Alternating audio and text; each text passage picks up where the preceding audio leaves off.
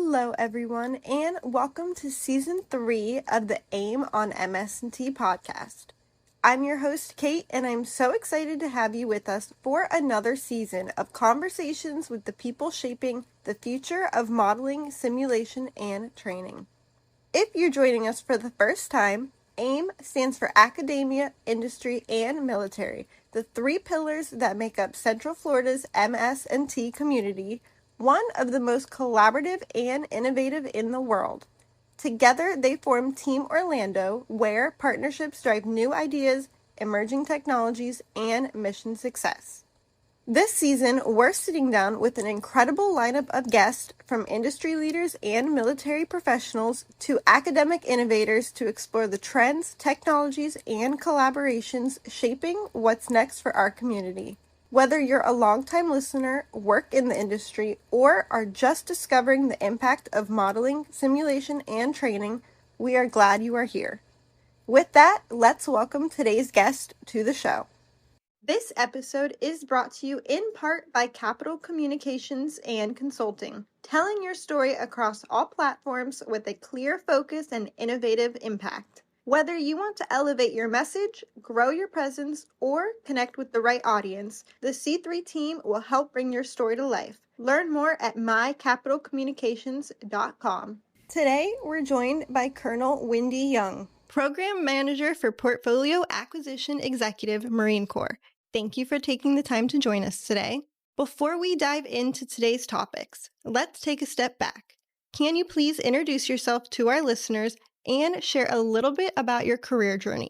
What inspired your career in acquisition, and how did that path lead you to your current position?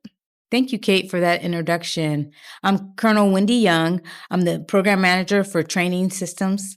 This is my 1-year anniversary. That's exciting. Being in the seat as the Program Manager for Training Systems. So thank you for taking the time to meet with me and to have this way to celebrate. Yeah, it is. It's a way to celebrate being here for 1 year. Over this past year, I've had great opportunities to meet with industry, our sister services, with academics, as I have learned to develop training systems for the Marine Corps. My understanding of modeling simulation has grown significantly, and the importance of being here in Orlando has even been solidified even the more. Honestly, over 24 years, I never thought I'd be stationed in Orlando, Florida as an acquisition professional. I began my career as an accounting major from Hampton University. I went through the ROTC program as a Marine option. And once I graduated from there in the Marine Corps, I was a supply officer, followed on by a logistics position. Okay. And then from there, I went to Parris Island and ran around with the recruits for a couple of years. And then I transitioned into contracting. That transition took me out of kind of the regular supply world and into a more acquisition-heavy community. After doing a couple of years as a contracting officer, I transitioned again back to supply. But really, I transitioned into a constant state of deployments. So I went as a contracting officer, I deployed to Afghanistan. And then from there, I came back from Afghanistan, did a follow-on deployment as a supply advisor to an Afghan Army major. And then on that deployment, 12 months in Afghanistan, I learned a lot about how to scavenger, or they call it foraging in the Navy, but how to find resources and opportunities to support my team and also how to support my Afghan counterparts. After that deployment, I ended up going to Okinawa. And in Okinawa, I was able to be a contracting officer yet again. And that tempo, Okinawa tempo, the tempo in Okinawa is extremely rapid. And your deployments, forward deployments are quite a steady pace. So I was home about 6 months out of the year, and I was able to support various exercises in Indo-PACOM. From there, I went back to 29 Palms as a permanent personnel, and I was an XO for CLB-7. As an XO, I was able to help our junior Marines, kind of mentor them in the ways they should go as a logistician. And I got selected to deploy to Iraq after that tour. So I spent another year in Iraq as a logistics officer. And in that world, I was able to support the base operations services integration as the boss I officer. So that was definitely a very unique role, but you do a lot with industry, you do a lot with contracts, you do a lot with sustaining services for our camp.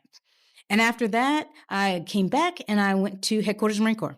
That opportunity in Headquarters Marine Corps shaped my transition into acquisitions. All right. And so when I transitioned into acquisitions, it was from the support of a mentor who basically said, you will put in an acquisition package because that's your opportunity for growth.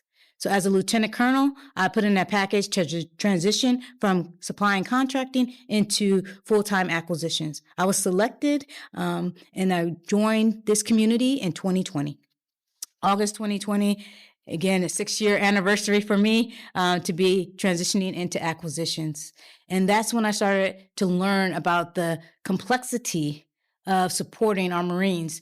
Even though it seems like we're from a distance, there's a lot that goes into developing the capabilities that Marines need at the tip of the spear, and it takes time. So over the last 6 years, I have had the opportunity to work on the wargaming capability.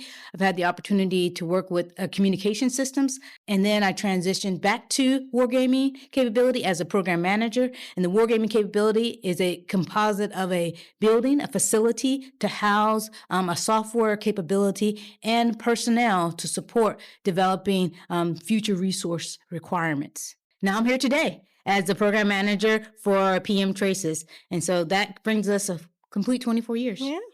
Now, let's talk about your organization. For those who may not be familiar with PM TRASYS, can you give us an overview of its mission?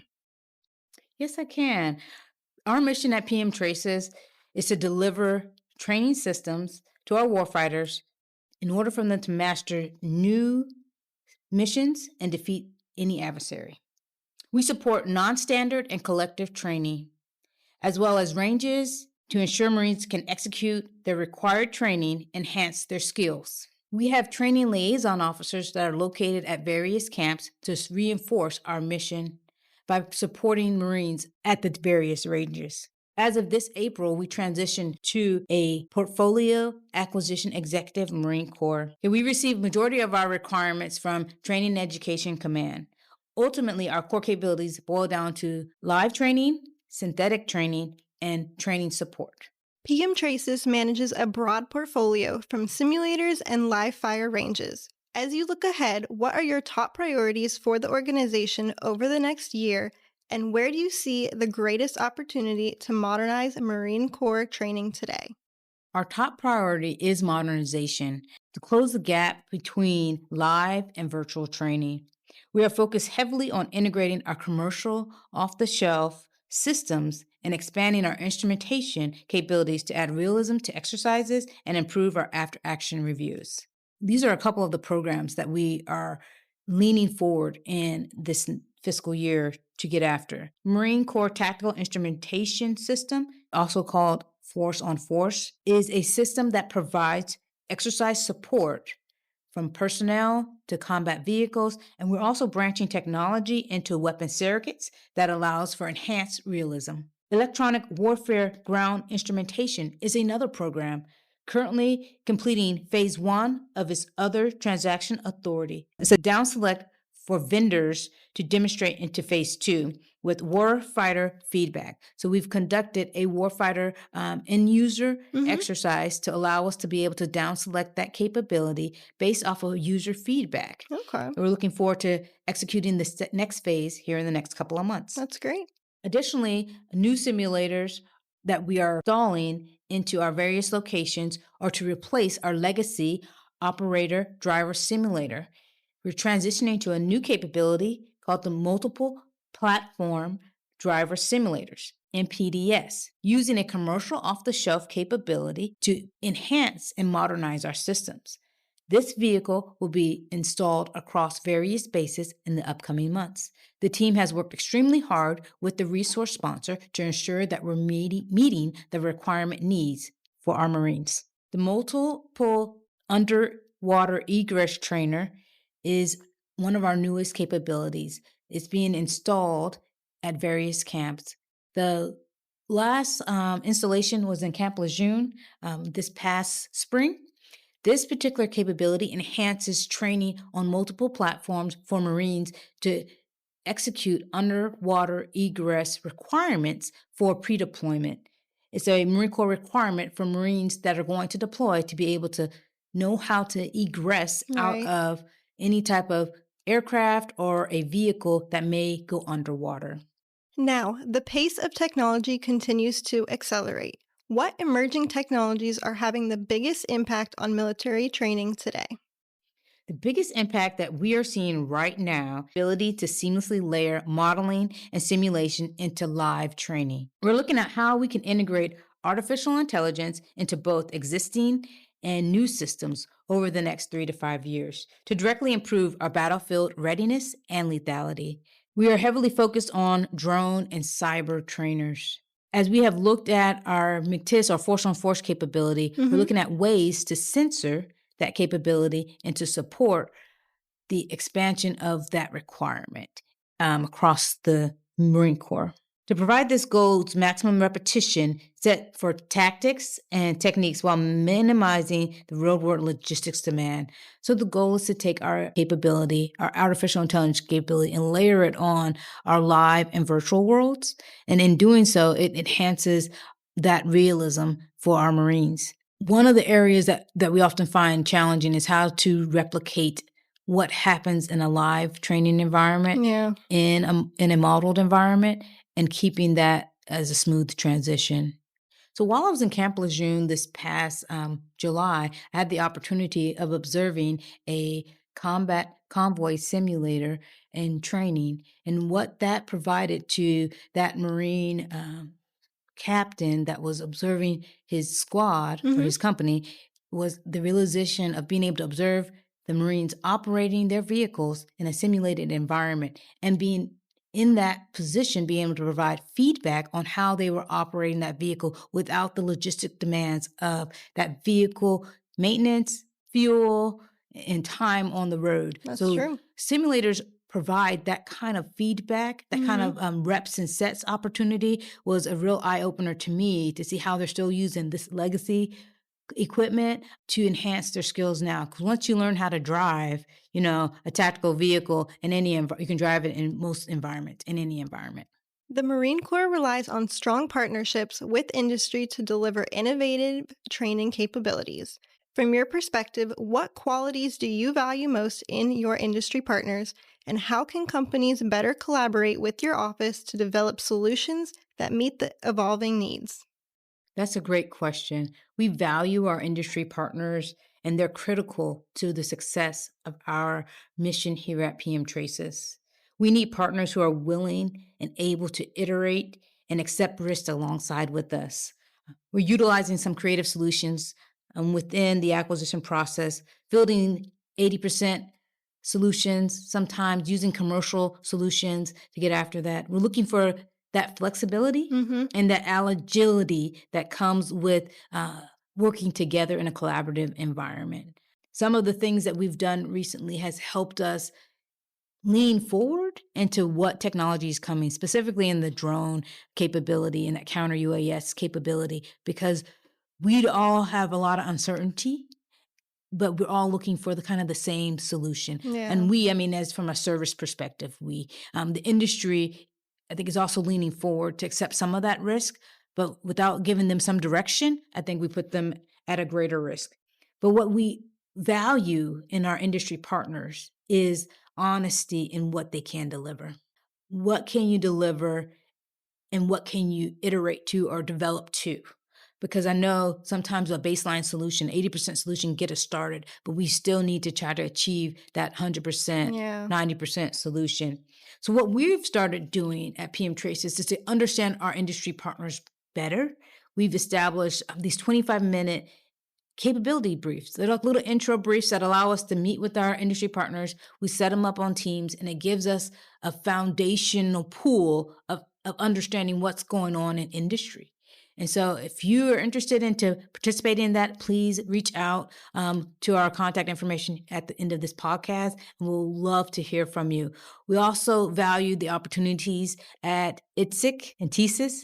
These opportunities provide us access to our industry partners and a greater experience of what they're actually doing today. The other area would be at the Pulse that they do monthly from the ACC Orlando Pulse. Those are excellent places to come see us. We'll talk a little bit about our capability, but also just come up and introduce yourself.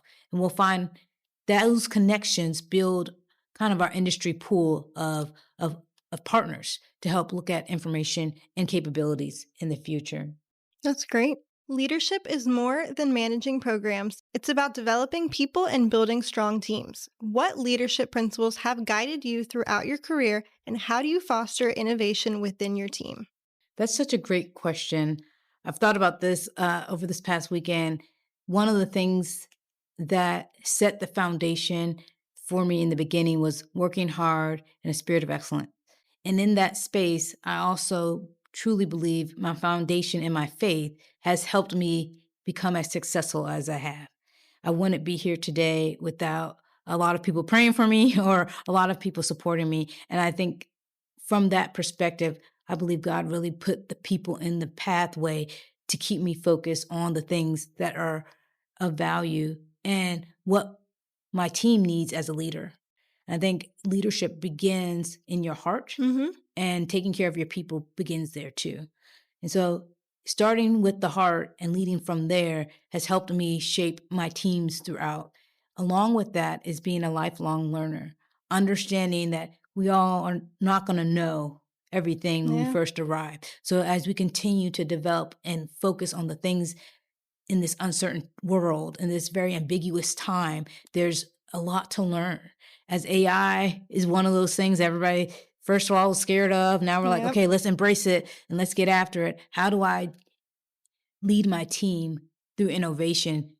AI is one of those areas to develop that lifelong learner skill. Lastly, would be mentorship. Mentorship is one of those kind of squishy, feely kind of words, but I think from the place of a leader, you're always looking for who's going to replace you, or how can you push someone in a direction that they could take on that next challenge. And so I don't oftentimes want to keep my same team. I want my team to grow and do amazing things other places too, because I have some amazing people that work for me. I don't want to give them up, but I know if there's a greater opportunity, that's what mentors do. They shape them for the next opportunity that will present in their lives so that they can be successful in that area. For example, this past year, our partnership with Central Florida Marine Corps Foundation set up a professional military education program. This program meets a monthly goal of providing an opportunity for not just the military and my staff and my civilians, but for industry partners that are connected with Central Florida Marine Corps Foundation to come together and to learn about what's going on real time in the Marine Corps, historical experiences. These monthly engagements, one, has helped me learn, but definitely has helped my team of military professionals learn more about the history of PM TRASYS, what's going on in our industry. We've even had a contracts panel from industry partners and government partners. So when you look at lifelong learning and mentorship, it ties together in an example like professional military education. Why do I think this is important? This is how I was brought up in the Marine Corps. As a young captain, it was mandatory for us to go to professional military education events. Our boss was there. There was some other professional in arms there that would talk to us about how to be better leaders, how to take care of our Marines, and what's cutting edge and happening in our industry of combat arms. The Central Florida Marine Corps Foundation and PM TRASYS professional military education events are the third Wednesday of every month at 1500. The next one is 19 August. Please join us. Now, we always like to wrap up each episode with this question. What advice would you offer someone who is considering going into a similar career path as you? In particular, what would you tell someone that you wish someone had told you when you were deciding your future career? The best advice I can give, and oftentimes the advice that's been given to me, is to perform exceptionally well in your current billet. Learn everything you need to know about what you're doing today and what you're responsible for today. And also lean forward and take the initiative on different opportunities that come your way. Often people say, bloom where you're planted, but oftentimes where we're planted is not a place where we can bloom. Yeah. So look for opportunities to diversify, to look for greater responsibility. There's different things that you can do in your current position that allows you to shine where you are. That's true. Seek out diverse mentors. That is extremely important. Have multiple feedback loops helps you shape your career and even your goals from different perspectives. If you're interested in Marine Corps acquisitions, seek out an acquisition professional. Look for someone, a program manager, or even a program office civilian or a Marine Corps Systems Command employee. Seek out someone who's operating in that acquisition field and learn about it. Most Marines can access War Acquisition University, and take classes on there. So they become aware of what is going on in the acquisition community. But submit a package to the Marine Acquisition Board if you're interested. We need leaders who can bring real-world experiences from the Marine Corps, the operating experiences, into the acquisition rooms to help shape future capabilities. Ultimately, take care of your Marines is our highest calling. In the acquisition field, that means delivering training systems that save lives, training systems that enhance capability, training systems that make a difference in how Marines operate in the battle space. Before we sign off, where should our listeners go to find out more about PM TRASYS? Kate, it's been a pleasure speaking with you today. I've really enjoyed this session. For anyone listening who wants to learn more about PM TRASYS, check out our catalog, our product and support catalog on the website at pae.marines.mil. You'll also find what we are doing on Instagram at PAE_Marine Corps. LinkedIn, PAE Marine Corps. And with that, I would like to thank Colonel Young for taking the time to join us today. That's a wrap on this episode. Thank you for tuning in. To stay up to date on the latest news, events, and stories from the modeling, simulation, and Team Orlando communities, visit teamorlando.org and follow Team Orlando on LinkedIn, Facebook, and X. Interested in joining us on a future episode or becoming a sponsor? We'd love to hear from you. You'll find our contact information in the episode description. If you enjoyed today's conversation, be sure to follow AIM on MS&T wherever you listen to podcasts so you never miss an episode. I will talk to you all in the next one. Bye!